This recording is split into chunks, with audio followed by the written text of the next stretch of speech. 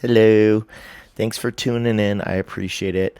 Um, Sun's going down here in Buffalo. I hope things are good where you are. It's very pretty out. It's kind of dropping towards 70 degrees, so we got a real calm evening. This time of year is usually pretty steamy. It's the county fair just started this week and runs for the whole next week. And usually, this is the time of year where we have maybe a couple weeks of up in the 90s, which is so rare for Buffalo. So we get so little of that that I kind of like it for the limited time that we have it.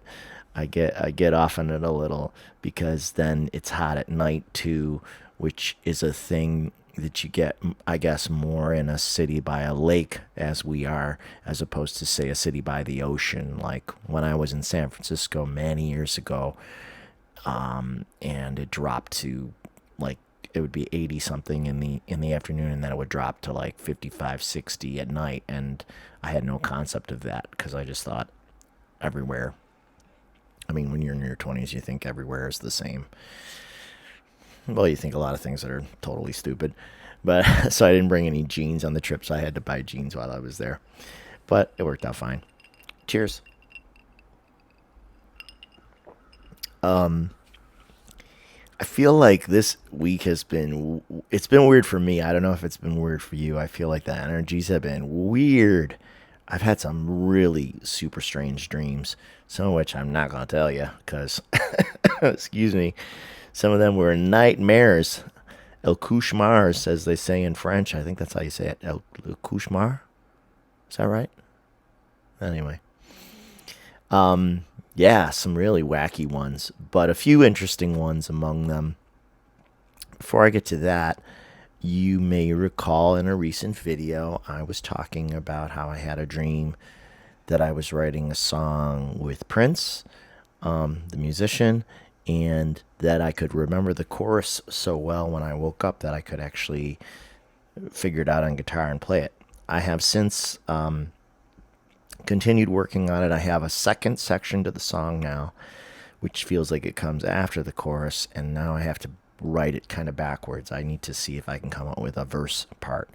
So I'll keep working on it. You never know where a song's going to go when you start, and it's always a mystery.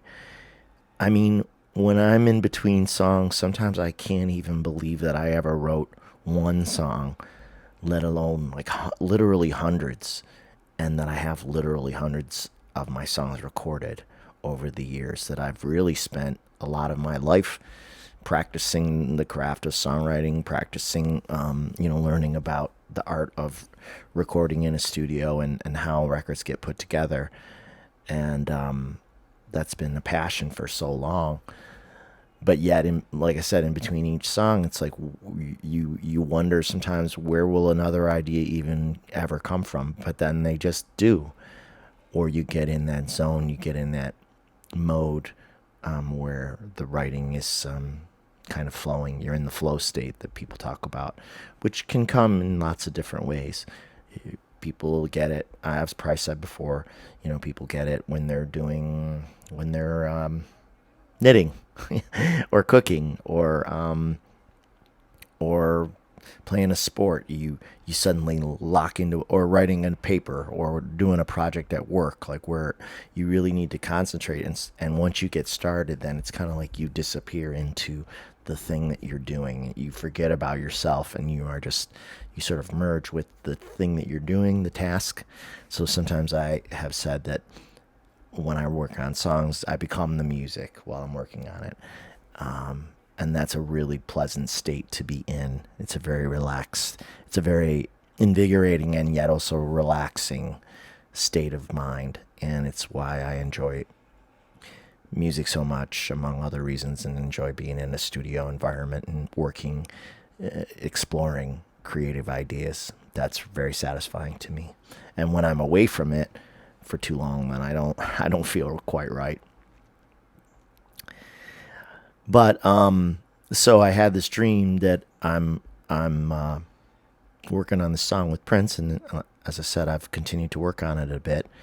And then, oh, is that our friend the Cardinal outside? It might be. I can't see, but it sounds like it, which would be about the right time since it's nearly sunset, and the feeder still has some seed in it. Anyway, Jackie the squirrel was up the tree today. She's totally not nervous around me at all. She even came out when my friend Rose was over the other night, and even when Shay, my cat, was in the doorway with the door propped open. So she's just getting used to the environment. It's nice.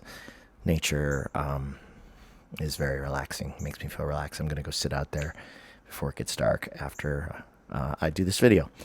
But I keep interrupting myself. So the Prince song. So anyway, I've been working on the Prince song intermittently since I had the dream. And then about a week ago, I was in a club and having a drink. And actually, I tried the Genesee Brewing Company's pineapple beer. Genesee is out this way. They're in Rochester, New York, which is about an hour or 15 minutes from Buffalo. And it's delicious. I thought it was amazing. I want to go buy some.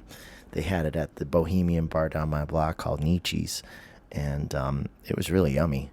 But anyway, so but I wasn't at Nietzsche's when I was doing this thing that I was going to tell you about. Anyway, I was at another bar, and I started to, sometimes when I'm listening to other music, whether I'm at my own home or in a public place, I will get lyrical ideas. Like if I hear a song I like, it might trigger some lyrics, and I scribble them into the notes section in my phone, by which I mean I type them with my fingers. And so I'm having some ideas, and I'm typing them into the phone for the Prince song. And what song comes on the jukebox next? Prince, of course. Little Red Corvette. And I'm like, wow, okay, that feels like a good sign. So I shared that with Diane, my friend, in a text recently.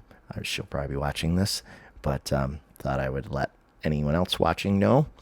So that was a nice synchronicity, and as you know, I get a lot of those, and I need to give them their proper due as being the little magical moments that they are. So that was pretty neat. All right, let's get on to the dreams. I might go backwards. So last night was just bizarre. I had a dream that, like, my family and I kind of tricked the rock band Kiss into performing at my old house. I liked Kiss a lot when I was growing up. They were kind of like my favorites, and we used to play at Being Kiss and have Kiss concerts in my backyard. And I'd pretend to be Paul Stanley, and I would dress up in my mom's rain boots, and I had a cape, and I had sometimes we would wear makeup, and other times we would wear paper representations of the Kiss makeup. If you're familiar with the band Kiss, they always wore like kind of kabuki makeup and played themselves up as different types of characters, and they had ornate, like, black and white face paint. And I would usually be Paul Stanley, who had a star over one of his eyes. And sometimes I would cut the star out of paper when I was a kid and just, like, tape it around my face. And we would just do it that way. And that was good enough.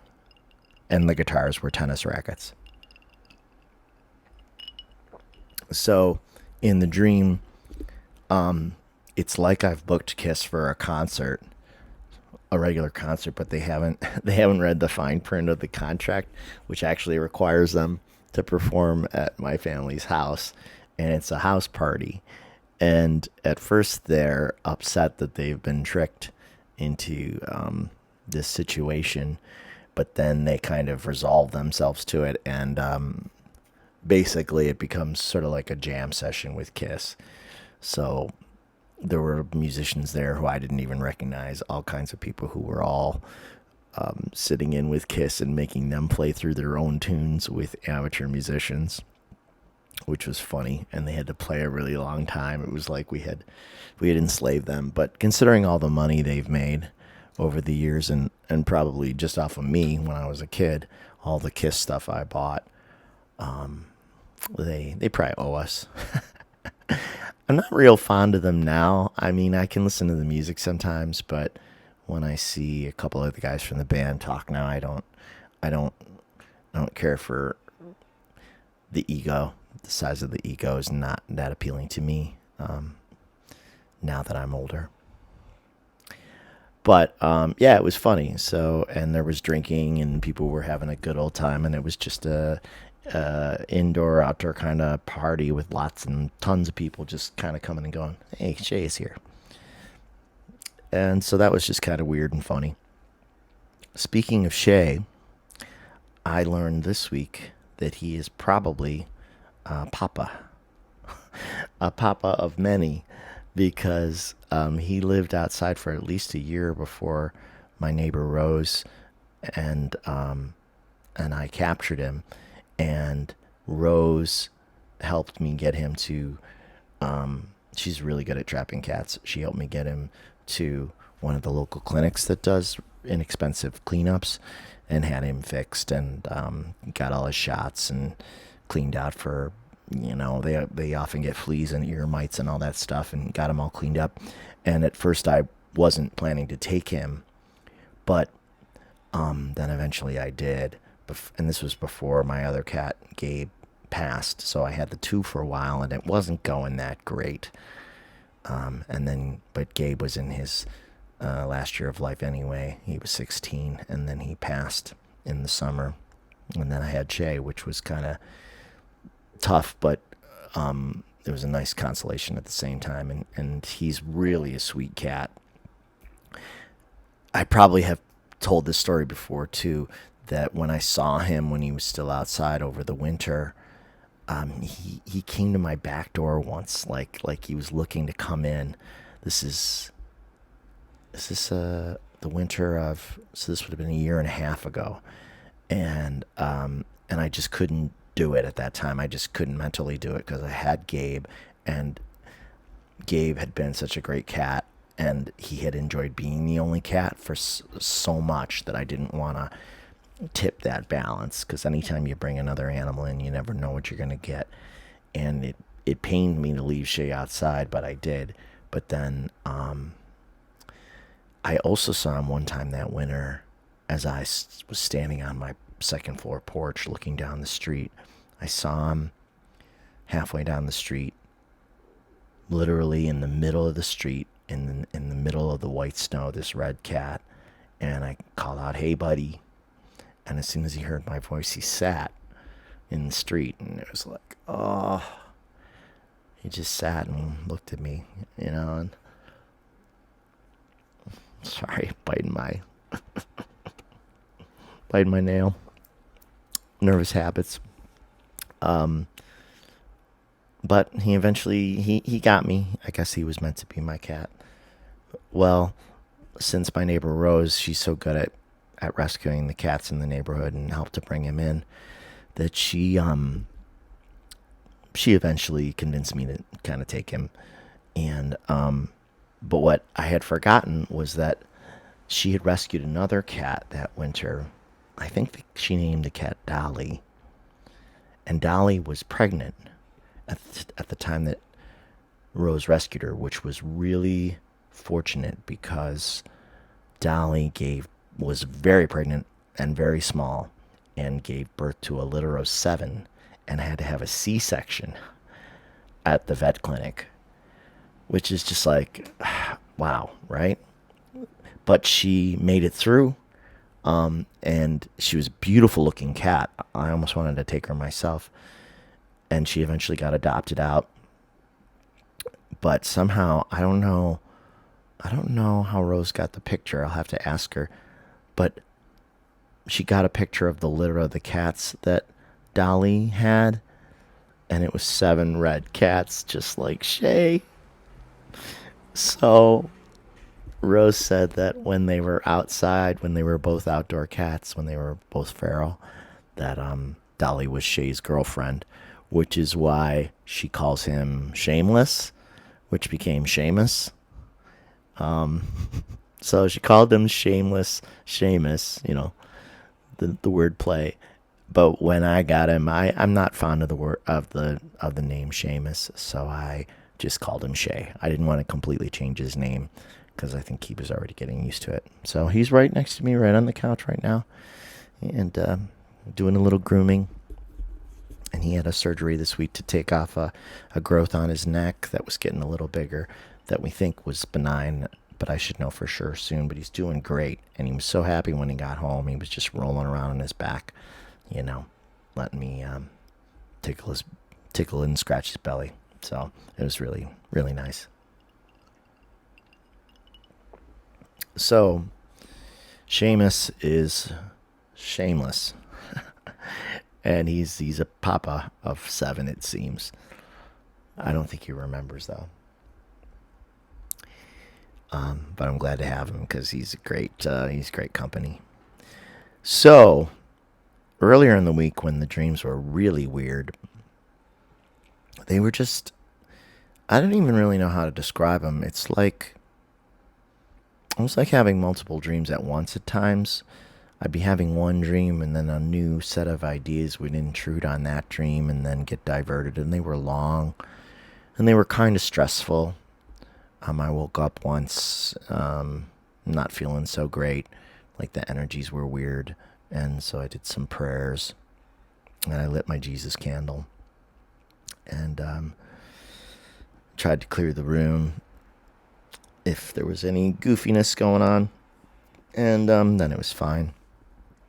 But the one that I can share with you, which I apologize if it sounds so much like so many of my other dreams, because it does, but maybe that's just whatever it is I'm tapping into, which someday I hope to actually find out. I think I'm gonna, someday when I'm ready, I'm gonna ask for a reading with Sterling or the one that Kim Carey mentioned the other day, Dave from Moonride. I guess he does past life regressions or helps you learn more about sort of where you come from spiritually, your spiritual family, and see why do I have these dreams that are so detailed and so much information. Like the one I did share, which was a little troubling, about the creation machine, where God had, I shared this in a previous video, where God had created a machine that could make souls, but that some of the negative energies around hacked the machine and tricked it into making some not so great souls too.